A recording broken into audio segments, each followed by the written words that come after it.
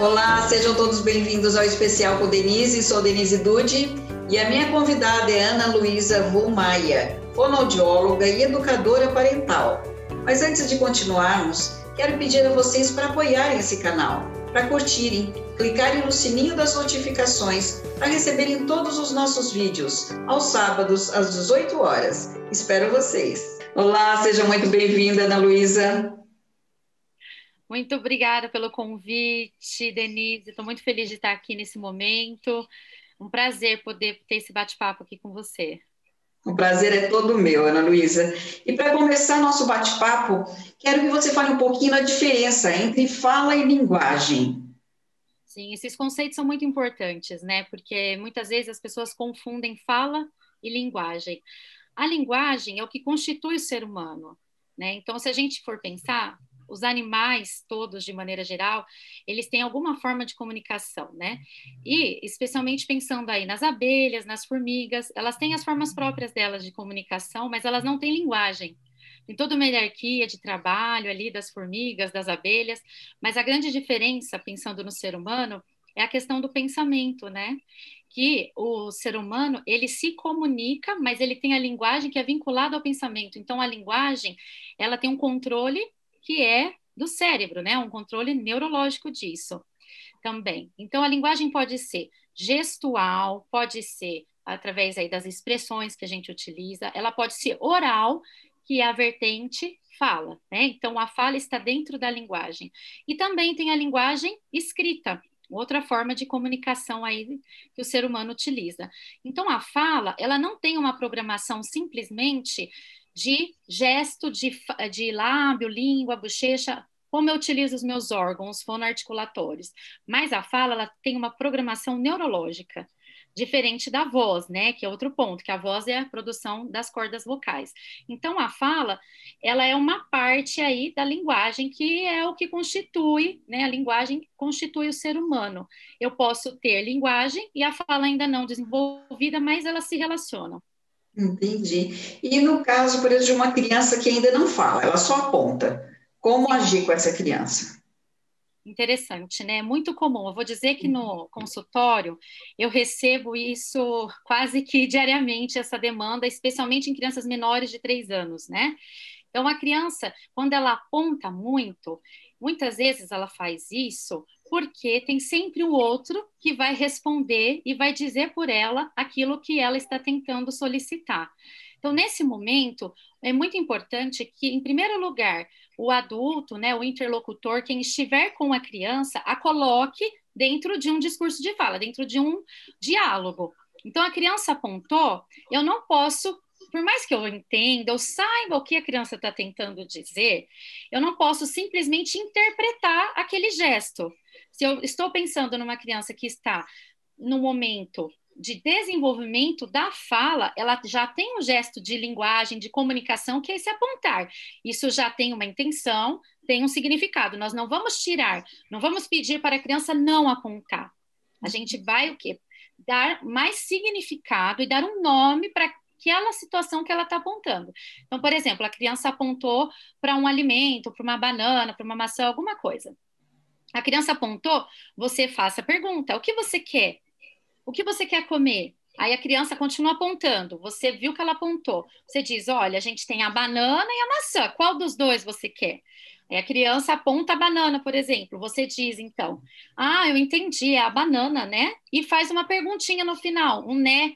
Ah, é isso, né? Para que a criança mesma dê o feedback. Ela consiga entender que você entendeu o gesto dela, mas você fez uma tradução, mas deu um modelo para ela do que ela poderia utilizar como fala, e aí você complementa colocando ela de novo como a pessoa que iniciou a conversa, quando você diz: é a banana? É? É isso?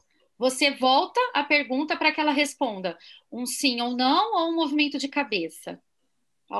Qualquer sinal que ela dê de positivo ou negativo para aquilo, mas ela já vai entendendo o turno de conversa, que uma vez sou eu, outra vez você, e assim por diante.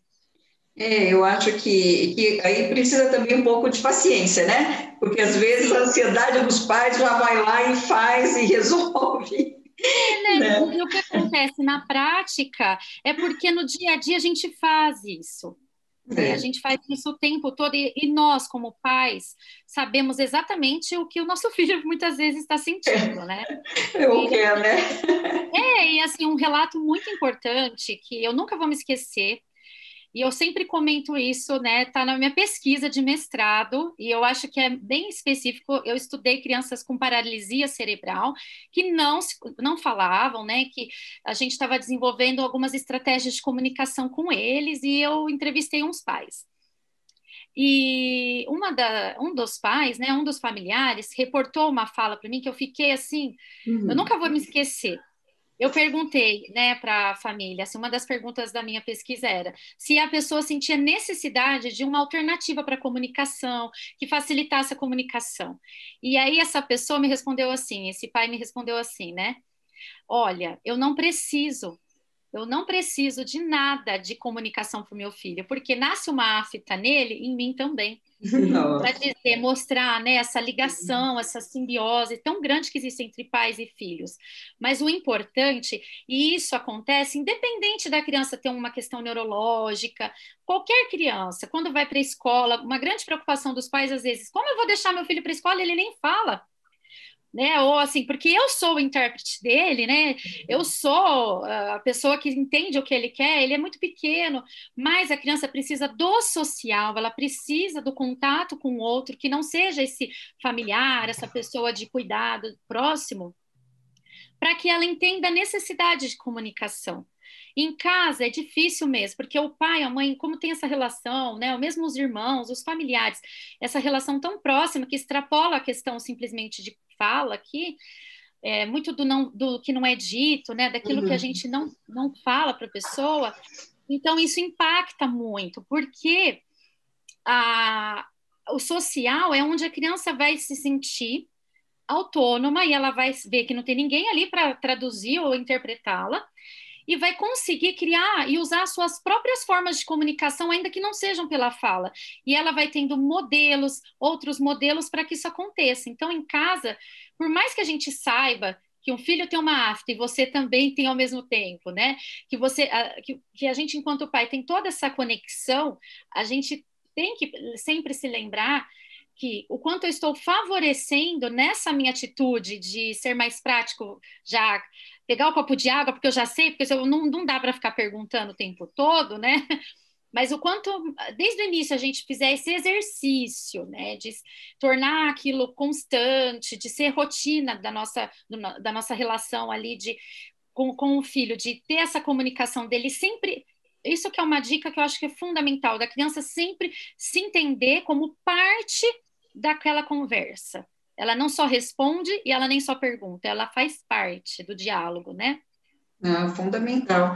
E eu acho que é essa questão realmente dos pais se policiarem também, né? Para não sair correndo já atendendo, realmente deixar a criança, tanto a criança com deficiência ou não, poder buscar uma forma de se expressar, né? Buscar a maneira dela de se comunicar, né? Como você disse, às vezes não é com palavras, né? Mas ela está se comunicando de outra maneira. Então, eu acho que isso é muito importante. E aquela criança que é independente, que não pede nada, ela vai lá e já pega e já faz as coisinhas dela sozinha e não quer ajuda. Como agir com essa criança para ajudar a desenvolver a fala? Se essa criança não fala muito e tal. Essa criança que ela é motoramente bem à frente, né? Assim, ela já, né? Não tem nenhum estudo científico que a gente possa dizer exatamente seja essa causa. Mas é muito comum a gente observar que as crianças que andam primeiro, elas acabam muitas vezes falando depois. E as crianças que falam primeiro, às vezes andam depois. Um olhar aí, vamos dizer, de observação mesmo, né? Da experiência profissional e pessoal. Mas a gente pode dizer no sentido que a criança que é bem independente, ela pouco solicita o adulto para fazer algo. Mas isso acontece porque muitas vezes, voltando ao que a gente até tinha colocado, a gente coloca a criança muito numa postura de pergunta e resposta. O que é isso? Nós mesmos fazemos isso, da criança apontar. E muitas vezes a gente diz, fulano, pega isso lá, cadê a bola? E a criança que motoramente já é toda independente, se vira sozinha, pega o brinquedo, ela precisa entender o que é um momento de diálogo e comunicação. Isso é pela interação. Então, uma criança que é extremamente independente e não fala ainda, eu atendo, inúmeras crianças que chegam para o meu consultório com atraso de fala, mas tem esse perfil de autonomia, ainda mais hoje, com acesso à tecnologia, que eles já estão logo no início com tablets e celulares. Isso tem sido cada vez mais frequente. E um grande detalhe, a minha primeira orientação para as famílias é o quanto que vocês estão conectados juntos, por exemplo, numa leitura. A leitura, eu não estou dando ordem para a criança, um brincar junto, um fazer de conta. Então, vou pegar o exemplo da leitura. Desenvolver a leitura compartilhada. Ai, mas Ana, ele é muito pequeno, como assim? Pega um livrinho de história. Tem desde bebê um livrinho pequeno, você está em conexão com a criança, sentado no chão, ali, baixinho, olho no olho, seja no tapete, ou mesmo no bebê, né? Mas assim, pensando já a criança aí por volta de um ano e meio, sentado ali, olhando o livro, conversando com a criança, dando a chance de silêncio. Então, por exemplo, o cachorro faz au-au, ele vai olhar para você, você pode pegar a mão da criança, colocar, olha o som que está fazendo, aqui a gente tem um au-au, mas evitar nesse momento da leitura, cadê o au-au? Porque uma criança mais autônoma, ela vai pegar o livro e vai apontar sozinha, ela vai dizer muitas vezes para você, esse aqui, né? Então, nessa criança que tem todo esse perfil de autonomia, quanto mais você envolvê-la numa história, envolvê-la nas atividades também. Então, por exemplo, vai fazer uma salada de frutas na cozinha. Então, pega uma criança de 2, 3 anos, pode participar, tem como envolver a criança ali. Você pode fazer perguntas que não sejam de cadê, onde está, né, de apontar. Ou porque, no caso dessa criança, ela vai lá e pega e pronto. Então, você pode dizer, o que nós vamos colocar na salada de frutas? E você pega, né? Então, você, adulto, pega a fruta. Então você vai tentar me dizer o que eu tenho que colocar. Vai na fruteira lá, estou aqui segurando, eu vou dar para você. Estou esperando. Aí você espera a criança, ela vai e fala, por exemplo, banana. Banana, que legal. Ou ela vem e aponta, e você diz, não, você vai me dizer e eu vou pegar. Então, tem que ser colocado na criança a necessidade dela se comunicar.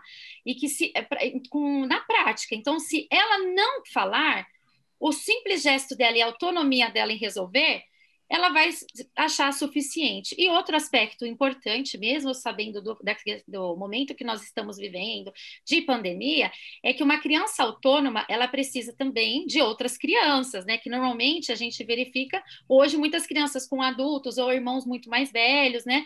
Não tendo uma linha de conexão com pares da mesma idade, né? Então, seria importante ter esse contato dentro do que for possível com pares, né? Com outras crianças da mesma idade, em que ela vai ter que buscar estratégias e o próprio amigo também solicita, e ao brincar junto, né? Estar junto. Não, isso é fundamental. E a criança, realmente, o que você falou, estando com crianças da mesma idade, nossa, eles se soltam, né? E eu acho que é muito importante isso também, não estar o adulto o tempo todo, eu não sei como você vê isso, mas não estar o tempo todo ali fiscalizando e deixar a criança solta um pouco, se soltar um pouco, né? E buscar maneiras aí de interagir com o amiguinho, né? Sim, isso é importante. Até uma consideração, vou fazer em relação a isso, Denise, que é até no meu trabalho como educadora parental também, né? Porque quando a gente pensa em desenvolver na criança a autonomia e a possibilidade dela saber expressar o que ela sente, a gente fazendo a mediação, a gente expõe a criança e, ao mesmo tempo, ela pode se sentir que ela pode sentir que ela não é capaz de resolver aquela situação. Entendi. Então, não que o adulto não possa intervir, mas no momento, fora daquele conflito, Ele pode chegar e dizer, comentar com a criança, olha, não foi legal, eu sei que você ficou chateado, mas o que você poderia fazer de diferente? Então, sempre lançar para a criança a pergunta do que ela poderia fazer de diferente. Teve uma disputa de brinquedo? Muitas vezes é o adulto que vai, tenta assumir, né? Não deixa a criança se resolver. E é lógico que você está de olho, né? Está vendo o grau da situação, mas o quanto for possível, menos intervenção, isso até em relação aos irmãos. Hoje, nesse contexto de pandemia que está todo mundo dentro de casa, é interessante. Então, uma estratégia.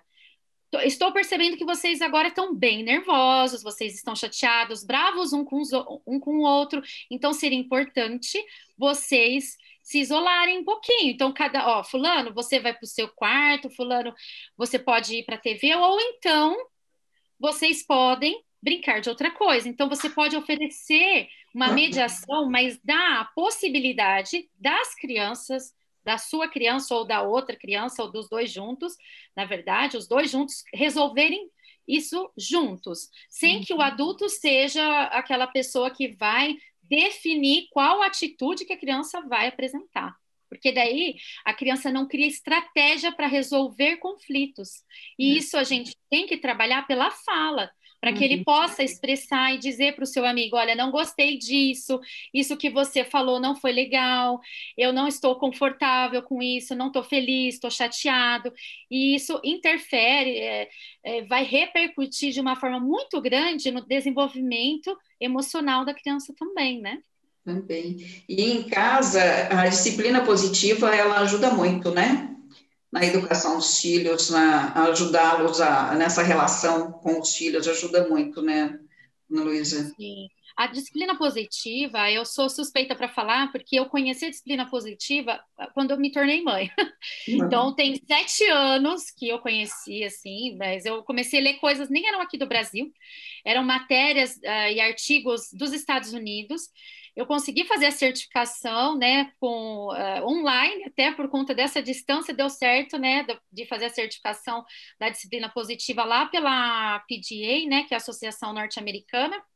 E é um trabalho, assim, maravilhoso, né? Ela é, assim, uma abordagem mesmo no sentido de educação baseada na empatia, na firmeza, na gentileza, no respeito, em você mostrar para a criança que ela é capaz e ela tem autonomia, né? Então, assim, eu como educadora parental, e eu senti essa necessidade dessa busca por conta da fonoaudiologia, porque muitas vezes as questões de linguagem, de comunicação, da fala, até dos processos de aprendizagem, passam muito pela forma como as relações familiares são construídas.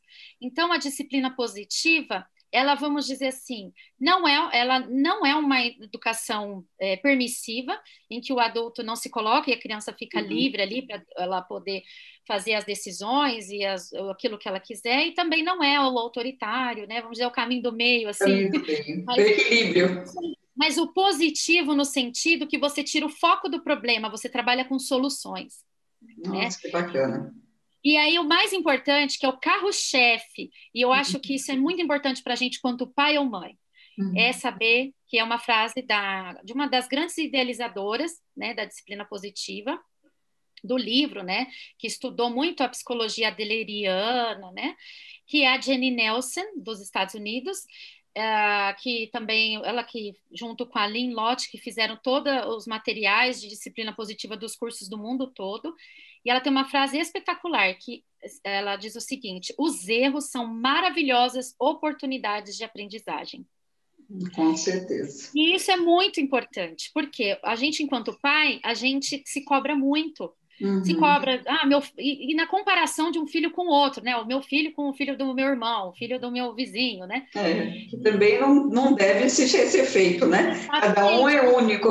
Exato, tem uma história, né? Está envolvido numa cultura, tem um contexto genético, de ambiente, tudo, não tem como comparar.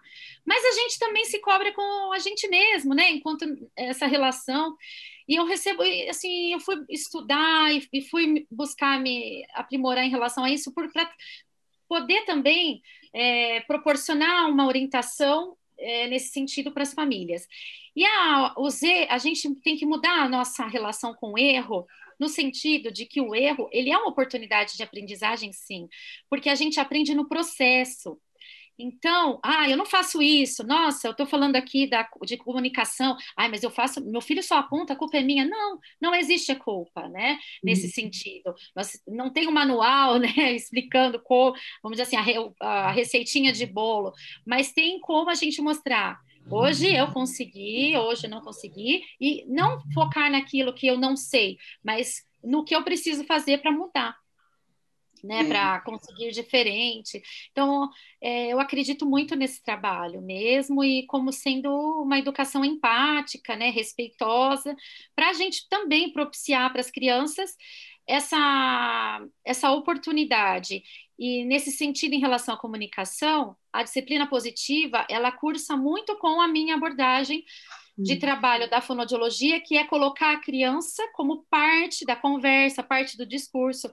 Obviamente, um conteúdo que ela não possa participar não vai fazer sentido para a criança, né? Mas, assim, aquilo que for pertinente ao universo infantil, a criança pode participar, sim. E, assim, para a gente terminar, o que você poderia deixar de dicas para os pais? Coisas que poderiam fazer em casa, o que poderia ser feito para estimular aí a criança que tem atraso de fala? Tem alguma dica que você possa nos passar? Olha, eu vou passar algumas, mas assim, eu vou dizer que a primeira dica, e vou reforçar, já falei um pouquinho aqui hoje na nossa conversa, que é envolver a criança. A criança, ela não é algo raso que vai recebendo. Ela tem que entender que é na interação. Então, tudo que você for fazer em casa, tudo que você for fazer com a criança, você não precisa parar necessariamente, pegar um livro de fala ou uma série de exercícios de repetição. Não, é no dia a dia. É no dia a dia, no tempo que você está com seu filho.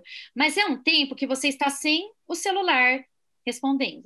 É um tempo que você está integralmente com ele, né? Então, eu dei o exemplo da leitura, mas nas questões práticas, de rotina ali da tarefa, no banho, você pode estimular a criança, você pode dar tarefas para a criança, para que ela esteja ali envolvida, mesmo nos pequenos. Então, por exemplo, no quarto, no espaço de brincar, organizar os brinquedos é um grande exemplo. Né? Isso é tão difícil às vezes, né? Porque a gente fala, o brinquedo fica tudo bagunçado, então brincou. Olha, para já ajudar até na criança a perceber a categoria de vocabulário das palavras.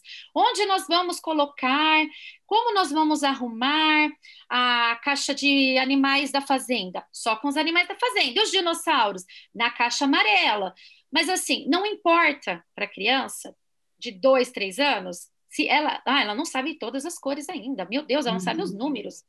O que é importante, especialmente hoje, nesse momento de pandemia, que a gente teve tanta privação social, é que a criança entenda essa questão do diálogo, a conversa. Porque a gente observou até agora, com a pandemia, que aumentou muito a procura dos pais em relação a crianças com atraso de fala. A gente não sabe dizer se esse atraso foi em virtude da pandemia, né? Ou porque os pais também estão mais conectados com seus filhos e começaram a perceber e sentir a necessidade de estratégias para estar junto. Sim. Então, um exemplo. Muitas vezes eu sei, como mãe, eu digo, e também terapeuta, que a tecnologia, ela acaba sendo um grande auxiliar. Né, assim, vamos dizer assim, um ajudante ali, às vezes um efeito até babá, eu digo, porque eu preciso fazer todas as minhas tarefas e eu, muitas vezes, acho que estou deixando ali meu filho na frente da tela, ele está aprendendo. Não é que eu não estou sendo contrária à tela, não é isso, mas no sentido de qual é o uso que eu faço disso. É para a tela e é para todo brinquedo. Então, se você tiver 5, 10 minutos, não importa, o tempo que você tiver, não consigo todo dia no mesmo horário, mas o tempo que você tiver de aproveitamento positivo, que seja produtivo, eu vou brincar junto. Então, eu vou brincar totalmente, integralmente ali, não vou ficar conversando com outras pessoas da casa, eu estou ali com aquela criança. Então, eu posso usar até um vídeo. Então, por exemplo, eu vou contar a história dos 3 porquinhos e aí eu conheço uma música dos 3 porquinhos. Eu posso mostrar o vídeo e assistir com a criança aquele vídeo da história dos 3 porquinhos que eu estava contando para meu filho. Eu estou na cozinha e meu filho está no momento de refeição. Aí sim, sem tela, né? Não tem necessidade. Ah, mas meu filho não come sem tela. Ele precisa saber o que ele está comendo. Então, você vai naquele momento, ah, você quer a colher branca ou a colher de metal? Você gostou do prato rosa? Vamos escolher? Olha, tem 2 pratos aqui, qual prato que você quer comer? Aí a criança apontou, ah, não entendi, mas é esse mesmo? É o prato amarelo? A cor faz sentido ali, do que eu ficar falando, que cor é essa? Que cor é aquela? Não, é porque aquela cor amarela naquele momento, foi importante usar o amarelo, porque teve uma função. Então, a criança vai ter mais possibilidades de fala quando ela também entender para que serve cada palavra que ela está usando, né? Cada exposição que ela tem de vocabulário. E aí, uma coisa que eu digo que é muito interessante é você fazer brincadeiras com músicas, mas que envolvam o movimento corporal. Então, dançar junto, cantar junto, né? Então, a expressão do corpo. Não é só ficar... E não necessariamente, por exemplo, a criança está ali brincando com a bola, você para e fala, bola! Não, coloca música. Vamos lá, ó. A bola caiu no pé de quem? Aí brincou lá. Vamos lá, batata quente, passa. Ah, batata. Ah, não é a bola, é a bola. Daí você varia a entonação. Só essa brincadeira que a gente faz com sons, não precisa ser teatral, nada, né? Assim, é do contato, aí faz um brrr, e brinca com som de boca, aí pega panela, pega colher, o que a gente tem na mão, porque a gente usa a linguagem, a gente usa a comunicação com o que a gente tem naquele momento. Então, eu não preciso de um brinquedo caro, de um recurso mirabolante.